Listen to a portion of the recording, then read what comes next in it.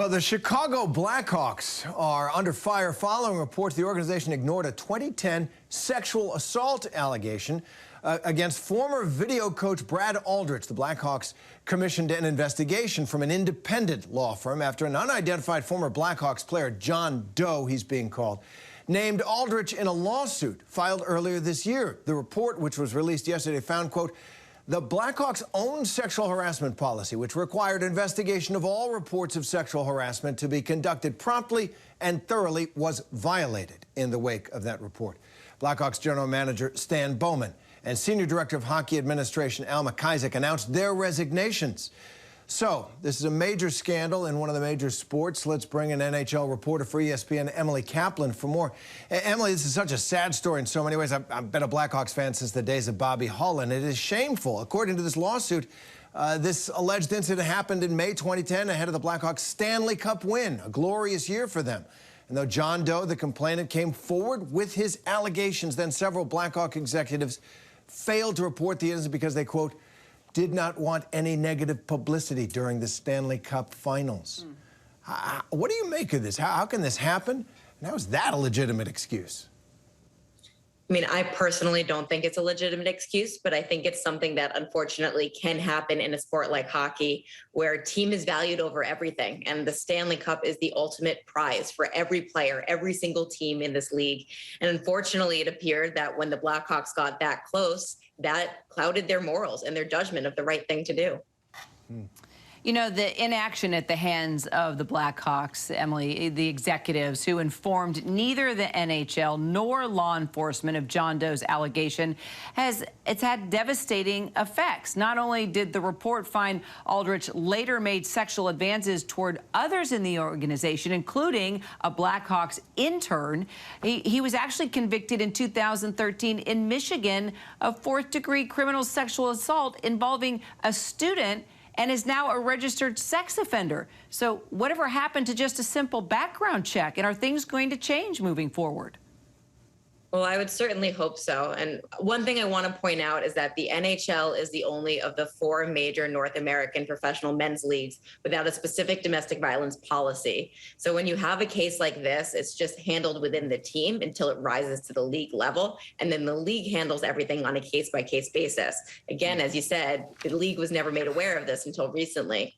I do think the fact, though, that the Blackhawks did the investigation once the lawsuit happened and then made the investigation, the reports public, is so significant, because if you read that report, it's really damning. It's a lot of ugly details. You understand exactly the missteps that happened and the power structure that allowed this to happen. And, you know, there was a lot of people who figured this report would be redacted. It wouldn't be released in full. And I do want to give credit to the Blackhawks for making it public, because I think it's instructive and hopefully will teach other teams how not to have this happen again.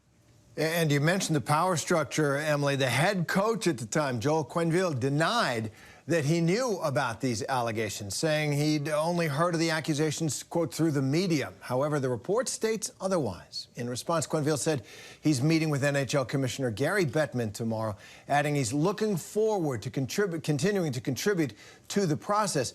Quenneville's currently the head coach for the Florida Panthers and a legend in the sport. Do you see this affecting his career? Potentially. And, you know, basically what happened here is that the league allowed the Blackhawks to handle the investigation themselves. The Blackhawks did that. They had the law firm do it. And then what they did was oust everyone else in the organization that was still around from that 2010 team, including Stan Bowman and Al McIsaac. But now it's up to the league to say, well, there's other people that were still around in 2010 that are still in our league, and what are we going to do? So it's now in the league hands. It all falls down to Commissioner Gary Bettman and his discretion. I wouldn't be shocked to see him levy a suspension, you know, on one of these guys like Joel Quenneville or the Winnipeg Jets GM, Kevin Cheveldayoff. He was also a member of that Blackhawks front office. But I also don't want to predict, because this is such an unprecedented situation.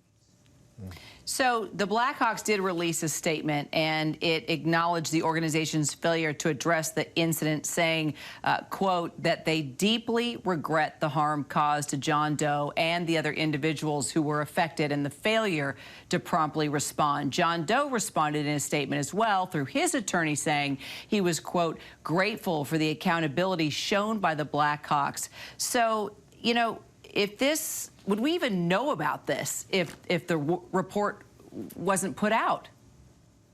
No. The fact that we're talking about this is the player filed a lawsuit. The media picked up on it. There were certain individuals from that 2010 Blackhawks team, like Paul Vincent, who was a coach at the time, who put their names forward. And I think that garnered a lot of attention. And I want to say that the NHL is a league that's often accused of having a culture of silence, not addressing big issues like concussions or prescription pills.